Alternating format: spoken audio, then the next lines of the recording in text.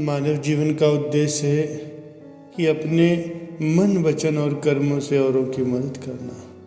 हमेशा यह देखा गया है कि जो लोग दूसरों की मदद करते हैं उन्हें कम तनाव रहता है, वह मानसिक शांति को प्राप्त करते हैं, उनका जीवन आनंद से भरपूर होता है, वे अपनी आत्मा से ज़्यादा जुड़े हुए महसूस करते हैं, उनका जीवन संतोषपूर्ण होता है। इसके पीछे कारण है, जब कोई अपना मन, वचन और काया को दूसरों की सेवा के लिए उपयोग करता है तब उसे बहुत कुछ प्राप्त हो जाता है। उसे सांसारिक सुख सुविधा की कोई कमी नहीं होती। आप दूसरों के लिए जो कुछ करते हैं उसी पल से ही आपको खुशी का एहसास होना शुरू हो जाता है। मानव जीवन का उद्देश्य जन्मों जन्म के कर्म बंधनों को तोड़ना और मुक्ति को प्राप्त करना है। इसके लिए सबसे पहले आत्मज्ञान की प्राप्ति करना आवश्यक है। यदि किसी को आत्मज्ञान प्राप्त करने का अवसर नहीं मिलता तो उसे परोपकार में अपने जीवन को व्यतीत करना चाहिए। एक बार एक संत जी ने अपने 2 शिष्यों को 2 डिब्बों में मूंग के दाने दिए और कहा, ये मूंग हमारी अमानत है, ध्यान रखना ये सड़े और गले नहीं बल्कि बढ़े चढ़े। 2 वर्ष बाद जब हम वापस आएंगे तो इन्हें आपसे वापस लेंगे। संत तो तीर्थ यात्रा पर चले गए। इधर एक शिष्य ने मूंग के डिब्बे को पूजा के स्थान पर रख दिया और रोज ही उसकी पूजा करने लगा।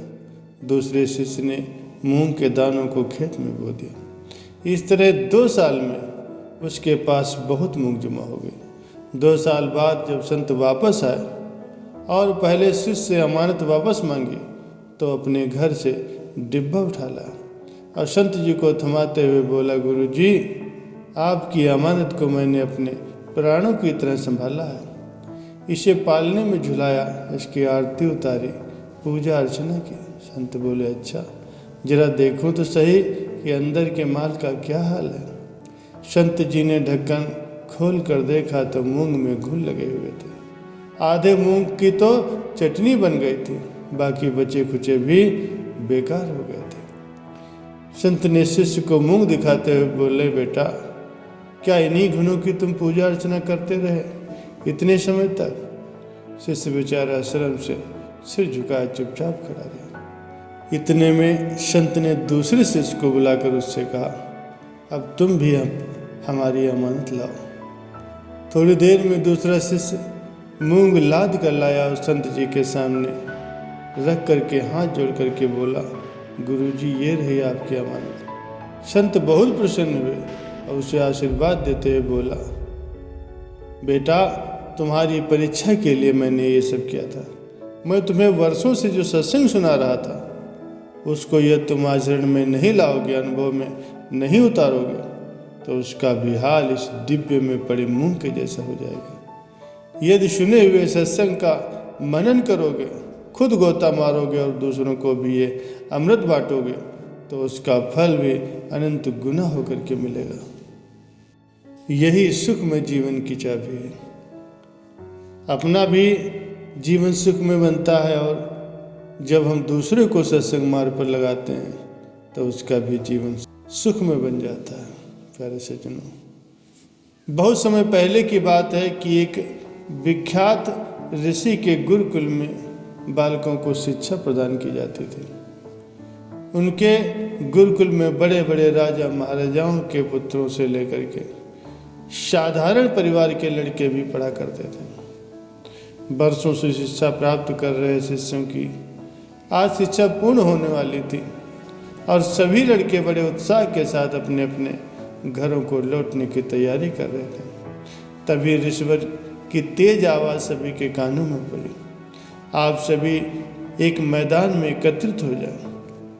आदेश सुनते ही शिष्यों ने ऐसा ही किया। ऋषिवर बोले, प्रिय शिष्यों, आज इस गुरुकुल में आपका अंतिम दिन है। मैं चाहता हूँ कि यहाँ से प्रस्थान करने से पहले आप सभी एक दौड़ में हिस्सा लें। ये एक बाधा दौड़ होगी इसमें आपको कहीं कूदना पड़ेगा, कहीं पानी में दौड़ लगानी पड़ेगी और सबसे आखिरी हिस्से में आपको एक अंधेरी सुरंग से गुजरना पड़ेगा। तो क्या आप सब लोग तैयार हैं? हाँ, हम सब तैयार हैं। सभी शिष्य एक सुर में बोले। दौड़ शुरू हुई। सभी शिष्य बड़ी तेजी से भागने लगे। वे तमाम बाधाओं को पार करते हुए अंत में सुरंग के पास पहुंचे। वहाँ बहुत अंधेरा था और उसमें जगह जगह पर नुकीले पत्थर भी पड़े हुए थे, जिनके चुभने पर असहनीय पीड़ा का अनुभव हो रहा था। सभी असमंजस में पड़ गए। जहाँ अभी तक दौड़ में सभी एक समान बर्ताव कर रहे थे, वहीं अब सब अलग अलग व्यवहार करने लगे। खैर, सभी ने जैसे तैसे दौड़ खत्म की और ऋषिवर के समक्ष एकत्रित हुए। ऋषिवर ने कहा, पुत्रों, मैं देख रहा हूँ कि कुछ लोगों ने दौड़ बहुत जल्दी पूरी कर ली और कुछ ने बहुत अधिक समय लगाया।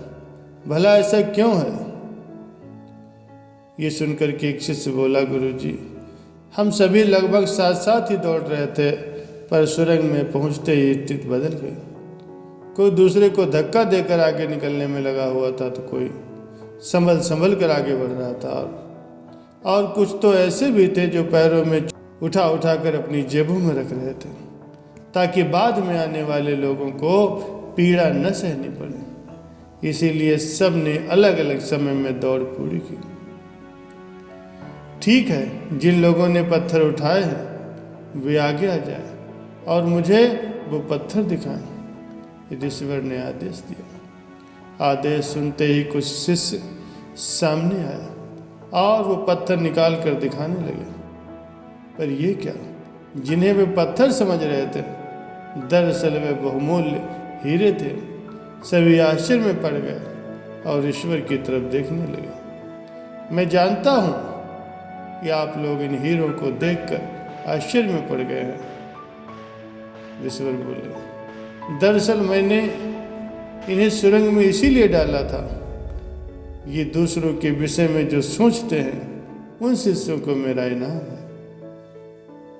पुत्रों, ये दौड़ जीवन की तमाम भागम भाग की जिंदगी को दर्शाती है, जहाँ हर कोई कुछ न कुछ पाने के लिए भाग रहा है, पर अंत में वही सबसे समृद्ध होता है जो इस भागम भाग में भी दूसरों के बारे में सोचने और उनका भला करने से कभी नहीं चूकता। अतः यहाँ से जाते जाते इस बात को भी गांठ बांध लीजिए कि आप अपने जीवन में सफलता की जो इमारत खड़ी करें, उसमें परोपकार की ईंटें लगाना कभी न भूलें। अंततः वही आपकी सबसे अनमोल जमा पूंजी होगी और जिसके पास ये पूंजी होगी उसी का जीवन ही सुख समृद्धि से भरपूर होगा।